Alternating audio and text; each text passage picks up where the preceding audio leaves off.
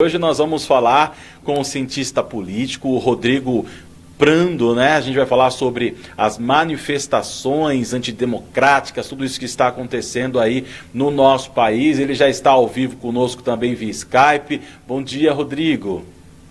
Muito bom dia para vocês, né? Os que estão no estúdio, os que estão em casa e para todos que nos acompanham. É um prazer falar com vocês. Obrigado pelo convite. Prazer é nosso. Vanessa Dainese é quem vai conduzir a entrevista, né? Vanessa, fique à vontade para começar já a tirar as dúvidas aí sobre essas questões. Pode deixar. Bom, mais uma vez, então, eu quero agradecer ao professor, né? Professor Mackenzie, né, cientista político, para falar um pouquinho para a gente sobre todas essas manifestações que estão aí causando bastante polêmica nos últimos dias e tem gerado consequências, né, professor? Então, eu começo perguntando como que o senhor tem visto esse crescimento desses movimentos que pedem ações que são consideradas antidemocráticas, como o fechamento do Congresso, o fechamento do Supremo. Como que o senhor tem visto o aumento dessas manifestações nos últimos meses e que resultaram em todas essas ações nessas últimas semanas? Bom, de novo, obrigado, Vanessa, pelo convite, um prazer estar aqui. Bom, essas manifestações são consideradas antidemocráticas porque elas efetivamente são. Então é um primeiro aspecto a ser ressaltado, né? Efetivamente, aqueles que se manifestam têm na manifestação do seu pensamento uma garantia constitucional. Agora, a Constituição não garante a manifestação que, por exemplo, prime pelo confronto com os outros poderes da República, como fechar o Congresso Nacional ou atacar o poder judiciário na figura do Supremo Tribunal Federal ou dos seus ministros. A liberdade de expressão não é a mesma coisa que o discurso de ódio. Então, tudo isso acabou gerando nas próprias instituições, nas instituições republicanas, como o Congresso, mas especificamente no campo da justiça, no Supremo Tribunal Federal, um conjunto de investigações. Porque a Carta Constitucional, a Constituição, que nós temos a Constituição Cidadã, ela é muito clara no direito de se manifestar. Estando contrariado com alguma política, ou querendo fazer uma manifestação a favor, desde que você informe as autoridades policiais, desde que você diga a trajetória, o horário, o espaço que você ocupará para se reunir de maneira pacífica, ela é garantida. O que não se pode é efetivamente pregar um confronto e o ataque sistemático a outras instituições. Isso a Constituição não permite. Então, Vanessa, o que tem acontecido é que muitas vezes o próprio presidente da República tem participado dessas ações, tem estado presente e obviamente que isso estimula um grupo dos seus apoiadores a externarem essas ideias que são ideias muitas vezes distantes da democracia, para falar o mínimo. Então você tem um conjunto de pessoas que são apoiadores convictos do presidente, aquele bolsonarista raiz, que compactua e que concorda com as ideias e com os valores e com as práticas do presidente, e aí você tem um encontro do próprio presidente, que está na condição institucional, então não é apenas a figura do senhor Jair, é Jair Bolsonaro, o presidente da República. Então a presença do presidente numa manifestação que pede por intervenção militar, pela volta da ditadura, pelo fechamento do Congresso do Supremo Tribunal Federal, tem um peso simbólico muito grande. Reforça, portanto, o comportamento. Então, o que a gente assiste é praticamente todo final de semana o governo, né, o próprio presidente, agora muitos dos seus ministros, participando em Brasília. Então, a gente tinha, por exemplo, como contraponto, Brasília, o presidente participa das manifestações, faz selfie, está sem máscara, cumprimenta os manifestantes, faz sobrevoo de helicóptero, anda a cavalo, cumprimenta as pessoas, sobe em cima de um carro na frente do quartel. Então tudo isso em Brasília. Em São Paulo, você tinha a ocupação da Avenida Paulista, os bolsonaristas ali ocupando, pedindo de novo o fechamento do Congresso, do Supremo Tribunal Federal, muitas vezes o impeachment do Dória, porque são contrários ao distanciamento social nesse período de pandemia. E aí, obviamente, que a sociedade, uma parcela da sociedade reagiu, se manifestou contrário àqueles que até então ocupavam as ruas, e as instituições, por meio da Justiça, do Supremo Tribunal Federal, têm partido na lógica da investigação para tentar apontar qual é a autoria intelectual, quem chama essas manifestações e quem as patrocina. E claro que se aguarda o desfecho das investigações que ainda estão acontecendo. Professor, o senhor ressaltou essa questão da presença da figura do presidente, né, que dá um peso maior a esses movimentos. O senhor acredita que os nossos poderes, Poder Judiciário, o Congresso Nacional, eles são fortes o suficientes para garantir que não ocorra um golpe com o fechamento do Congresso, com o fechamento do Poder Judiciário, alguma medida para interferir no Poder Judiciário? A nossa democracia, ela está em risco, professor? Vanessa, eu espero que sim. Eu espero que as instituições, eu espero que o Congresso e espero também que o Poder Judiciário continue cumprindo suas funções. Só para quem nos acompanha, por que existe a divisão de poderes? Por que nós temos o Executivo, o Legislativo e o Judiciário? Nós temos a divisão de poderes para que nenhum poder seja total. Vamos lembrar lá do período das monarquias absolutistas, em que o rei, o monarca, pode tudo. Na república e na democracia, ninguém pode tudo. Por mais poderoso que alguém seja, esta pessoa que ocupa o poder não é dela, ela ocupa o poder, ela está ali numa função de governo. Não se pode tudo. Para isso você tem a noção de contrapeso e de freios exercido pelos outros poderes. Até o momento, Vanessa, até o momento, o Poder Judiciário e mesmo o Congresso Nacional, os 513 deputados e os 81 senadores têm atuado para, por exemplo, conter aquilo que eles entendem ser um momento de extravasar os limites do Poder Executivo na figura do presidente ou das suas ações governamentais.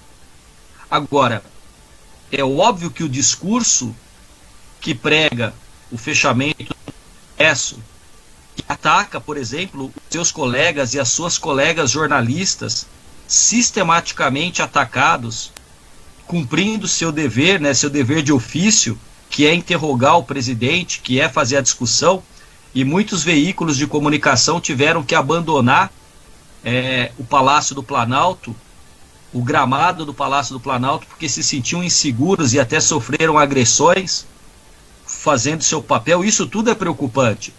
Todo discurso que é contrário aos valores democráticos é preocupante e certamente traz risco. Agora, vale ressaltar que a gente vive numa sociedade multifacetada, plural, em que a mídia está trabalhando, os poderes estão funcionando, não existe um Estado totalitário, não existe um partido único. Então tudo isso mostra que há força da sociedade civil e dos atores políticos. É muito criticado o fato do Bolsonaro ter ido negociar com o Centrão, um conjunto de partidos que são sabidamente, na maioria das vezes, fisiológicos. Mas isso mostra que o presidente está acusando o golpe que tem recebido das instituições. Ou ele, mesmo a contragosto, vai fazer política e negociar, ainda que não seja aquilo que eles desejariam, mas ele está buscando uma saída, porque o presidente hoje está acuado. O presidente não tem um diálogo com os governadores, não tem um diálogo com prefeitos, o presidente está direta ou indiretamente implicado em pelo menos 3 grandes investigações no Supremo Tribunal Federal, e o presidente da República tem mais de 30 pedidos de impeachment que estão colocados à disposição do presidente da Câmara, Rodrigo Maia, e que ainda neste momento não foram levados à discussão ao plenário, porque ele sabe, Rodrigo Maia, que não há um movimento político, uma força política nesse momento. Então, assim, a democracia tem que ser cuidada cotidianamente, por você, por mim, né, por todos aqueles que gostam de respirar os ares da liberdade, desde que com responsabilidade. Não há liberdade sem responsabilidade. E a democracia não é apenas votar. Votar é um aspecto da democracia, mas acompanhar a democracia e aquele que foi eleito e o respeito às instituições é outro. Objetivamente, eu não vejo nesse momento, mas isso pode mudar, eu não vejo nesse momento espaço ou clima para um golpe, seja um autogolpe ou seja qualquer outro tipo de golpe. As condições objetivas não se fazem presentes, embora subjetivamente tenha quem goste dos valores autocratas, portanto não democráticos, e queira usurpar a democracia, mas eu não vejo a sociedade brasileira neste momento, objetivamente, com espaço para esse golpe. Professor, hoje, pela manhã, ao deixar, ainda no jardim lá do Palácio da Alvorada, o presidente conversou com apoiadores, né, e falou um pouco sobre ações, né, da Polícia Federal, a quebra do sigilo de deputados que são ligados ao governo, né, que fazem parte da base do governo, e considerou que está na hora, segundo ele disse exatamente essa frase, está chegando a hora de colocar as coisas no devido lugar. Essa frase seria um tom de ameaça? O senhor vê isso como um tom de ameaça a tudo que tem acontecido, né? Hoje mesmo, aquela ativista que apoia o Bolsonaro, a Sarah Winter, né? Ela foi considerada, como que é o termo? Agora me fugiu a palavra. Vai responder por injúria e ameaça. Indiciada por injúria. Isso. Foi indiciada por injúria e ameaça. Como que o senhor vê essa frase do presidente diante desse cerco que se formou aos apoiadores que participavam desses atos antidemocráticos? O presidente pode ameaçar. A questão é se ele tem capacidade de cumprir a ameaça. Muitas vezes a agressividade, seja de um presidente da República, de um chefe da empresa, de qualquer pessoa, essa ameaça e esta violência verbal também pode ser um sinal de fraqueza. O presidente também colocou que chega o momento de tomar as devidas medidas legais, que também está nesta fala. Tomar as medidas legais são cabíveis. Todos devem atuar dentro da legalidade, inclusive o presidente. O decano da corte, Celso de Mello, afirmou faz um tempo que o presidente pode muito, mas não pode tudo. Na República, todos são, nas palavras do decano da corte, Celso de Mello, súditos da lei. Então, se nesta ação da Polícia Federal houve abuso, ele será explicitado no devido processo legal.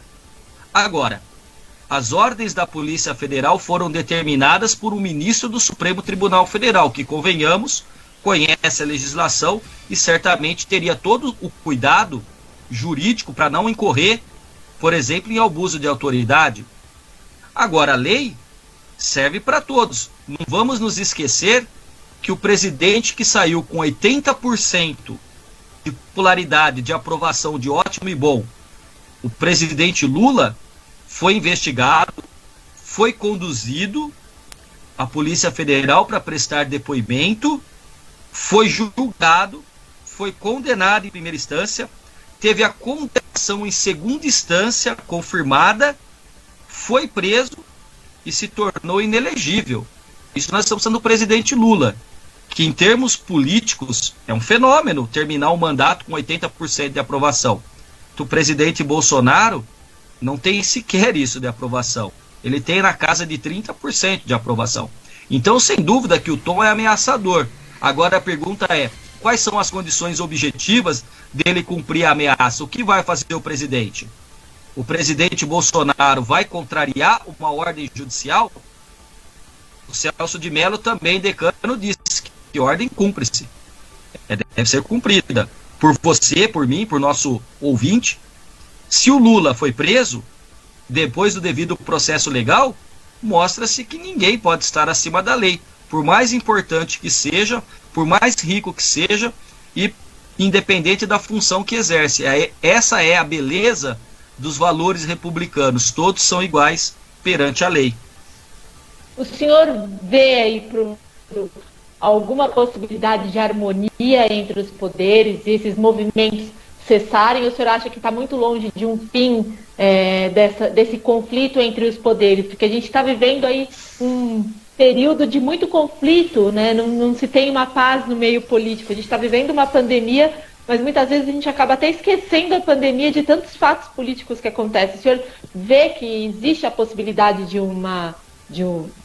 acalmar, os ânimos se acalmarem e essa crise política dar uma trégua, vamos dizer assim? Na política, da mesma forma que nos princípios da física, toda ação acaba gerando uma reação. Então, se eu empurro um corpo, eu desloco ele no espaço, mas existe uma força contrária, eu só consigo deslocar porque são materiais físicos distintos, e aí você submete ao movimento. Na política é a mesma coisa. Na verdade, este momento que nós presenciamos de ausência de harmonia se dá especialmente por uma característica do Bolsonaro, que é o presidencialismo de confrontação. O presidente passa praticamente 1 ano e 6 meses confrontando as instituições que vão paulatinamente reagindo. Para que se tenha essa pacificação e harmonia entre os poderes e uma estabilidade e normalidade institucional, esperaria-se que o presidente, na condição de líder, amainasse o seu discurso e que ele conseguisse, com isso, além de diminuir a virulência com o qual discursa e ataca, conseguisse também apresentar um projeto para o país, inclusive muito bem colocado por você, para sair da pandemia, porque a crise sanitária e a crise econômica são externas e chegaram para a gente sem que nós pedíssemos. Chegou. Agora, a crise institucional, a crise política e a crise social, elas são efetivamente criadas pelo governo. Então, se há um sinal de pacificação e de harmonização, depende, em primeiro lugar, pelo presidente da República diminuir esse discurso violento de ataques às instituições e cumprir o seu papel de executivo, que é governar. E aí a gente teria efetivamente cada poder cumprindo a sua função, sem que houvesse constantes, cotidianos e profundos ataques de um aos outros. Professor, esse ano a gente tem eleição, né? A gente sabe que tem todos esses movimentos acontecendo, geralmente nos finais de semana. O senhor acha que pode ocorrer alguma interferência no processo eleitoral? Todos esses atos antidemocráticos, eles podem chegar a interferir no resultado da eleição? De alguma forma, esse movimento que vem crescendo, infelizmente? Até pode. Eu acho mais difícil porque a lógica da eleição municipal diz respeito aos temas que impactam diretamente o cotidiano da vida do cidadão na cidade e no seu bairro. E mais do que isso, a gente está vivenciando um período de pandemia, em que até o momento, sem vacina e sem uma medicação comprovadamente eficaz para combater o Covid, o vírus, o distanciamento é a melhor saída para não se contaminar.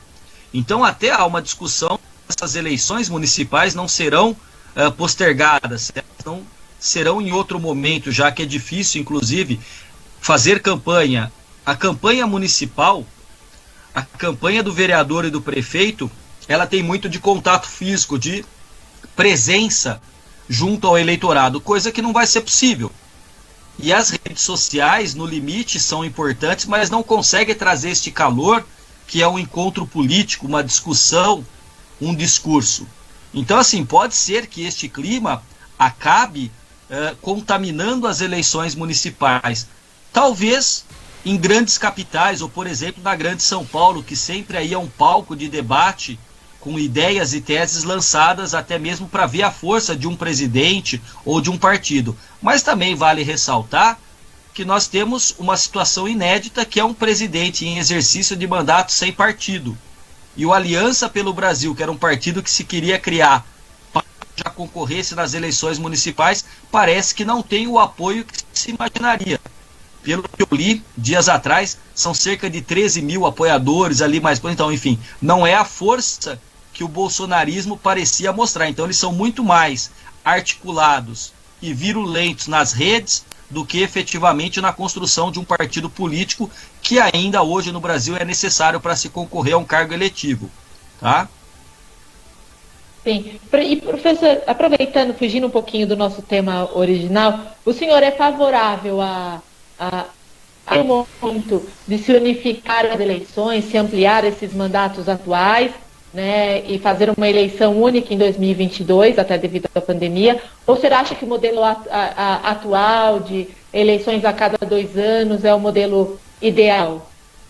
Então, essa questão ela é uma questão que remete a alguns aspectos. Um deles é o seguinte: unificar as eleições seria uma economia de recursos públicos. No entanto, você imagina que numa eleição para presidente, governador, você elege deputado estadual, deputado federal, senador, governador, presidente da república. Você teria que eleger governador e você teria que eleger vereador. Provavelmente, os temas mais afeitos ao município seriam diluídos em algo maior, que seria a importância da eleição para governador ou presidente. Então, assim, a princípio, em tese, eu sou favorável de manter separado a eleição para prefeito e vereador e a eleição para governador, presidente, deputado estadual, federal e senador. Ainda que tenha um custo. Eu acho que são momentos distintos da democracia, com focos também bastante peculiares.